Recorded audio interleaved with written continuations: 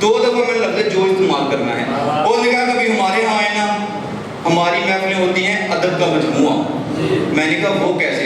اس نے کہا ہمارے ہاں ہمارے قبلہ صاحب بیٹھ جاتے ہیں, ہمارے ہاں کوئی جو پڑھے اور جو پڑھے تو جو ہے جو پڑھے دوجا دوڑے ذمہ میں نا جو پڑھے اور جو پڑھے.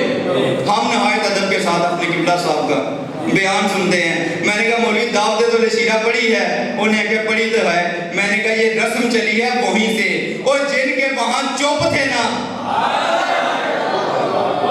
وہ آج بھی چپ ہیں, اور جن کا ادھر بولا تھا وہ آج بھی بولتے ہیں. بھائی مالک آپ کا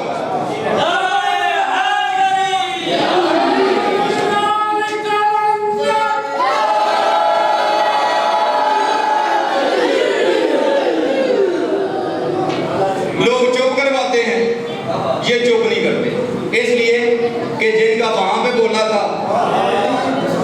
اور دوسری بات یہ ہے کہ جنہوں نے میدان سے مولا لیا ہو نا وہ پھر میدان میں گرجتے ہیں. ہم نے کون سا حجرے سے مولا لیا ہے, ہمیں غدیر کے میدان سے ملا ہے. توجہ ہے مانگی او جی چھٹو جی باقی کرنا ٹھیک نے, بس بالکل میں اینڈ کرنے لگا ہوں, باقی کرنا ساریاں ٹھیک نے. تے علی کو مدد منگنا کتوں ہے بھائی؟ توجہ ہے مانگی توجہ ہے. اگر ضرورت سمجھتے ہیں تو پھر بچوں کے بڑوں کو بتا. میں مولوی صاحبان سے کہتا ہوں پھر میں وہیں پہ آ جاتا ہوں پر 0 آخری اوور میں کوئی بھی اتنی وائٹ باتیں نہیں کراتا کہ سکور پورا ہو جائے.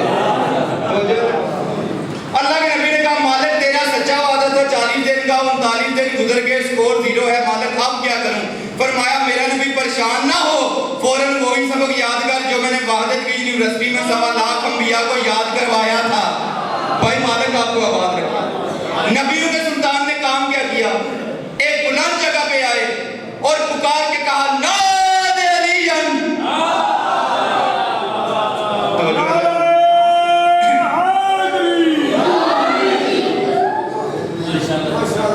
مولا علی کو صدا لگائی چاچا جی ہیمبر سے, بغیر ٹیلی فون کے, بغیر وائرلیس کے. توجہ ہے ٹیلی فون کے بغیر ہیمبر سے میرے نبی نے صدا لگائی. مولا علی مسجد نبی میں بیٹھے ہوئے تھے. فرمایا لبیک یا رسول اللہ. فرمایا کمبر جی لائے کے ممبر, کمبر جلدی سے گھر جاؤ, ذوالفقار لاؤ, راہوار لاؤ. جناب کمبر معدت اہل بیت کی ابا اڑ کے شاجی مسجد رسول سے بیت بطول کی جانب چلے. دروازے پہ آ کے دستک دی, اندر سے بی بی فضا آئی, ہاتھوں پہ ذوالفقار اٹھائی ہوئی. فرمایا بھیا کمبر ذوالفقار لے لو, بھیا کمبر ذوالفقار لے لو.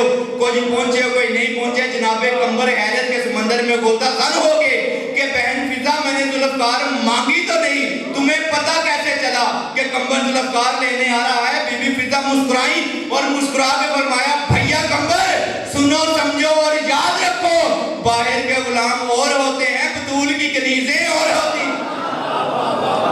بھائی مالک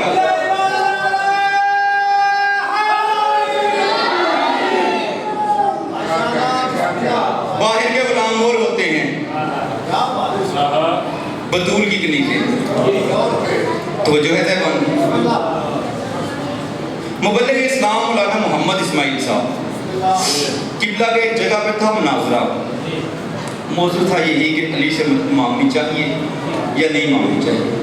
بابا جی جو علی کی مدد ہے نا یہ علی سے نہیں, یہ اللہ کی ہی مدد ہے. اللہ نے میرے مولا کو اختیار دیا ہوا ہے. توجہ ہے صاحب. تو قبلہ کی گفتگو یہ چل رہی تھی کہ علی سے مدد مانگنی چاہیے یا نہیں مانگنی چاہیے. 3 دن تک گفتگو ہوتی رہی, بات کسی نتیجے پہ نہ پہنچی. تیسرے دن جو مخالف مولوی تھا اس نے ہوا میں ہاتھ مارا, ایک مکھی پکڑی, مکھی کا پر اتار کے میز پہ رکھ. اس نے کہا محمد اسماعیل اپنے علی کو بلا, علی سے مکھی کا پر چڑھوا. اور جو ساتھ بیٹھے ہوئے تھے انہیں تالیاں مارنی شروع کر دیں کہ کیا کمال ہو گیا. قبلہ ابھی اس کی اس حرکت کا جواب سوچ ہی رہے تھے کہ پاس ہی ایک ملنگ بیٹھا ہوا تھا. توجہ ہے صاحب. اب میں پھر نفیس سے اشارہ کرنے لگا ہوں. شاہ جی پاس ہی ملنگ بیٹھا ہوا تھا, اس کے ہاتھ میں تھا عصائے موسیٰ متحر. اس نے یا علی مدد کہہ کے مولوی کے بازو پہ ماری, مولوی کا بازو ٹوٹ گیا. ملنگ مسکرا کہتے ہیں تم اللہ سے اپنا بازو جڑوا، میں علی سے مکھی کا پر جڑوا لیتا ہوں۔ بھائی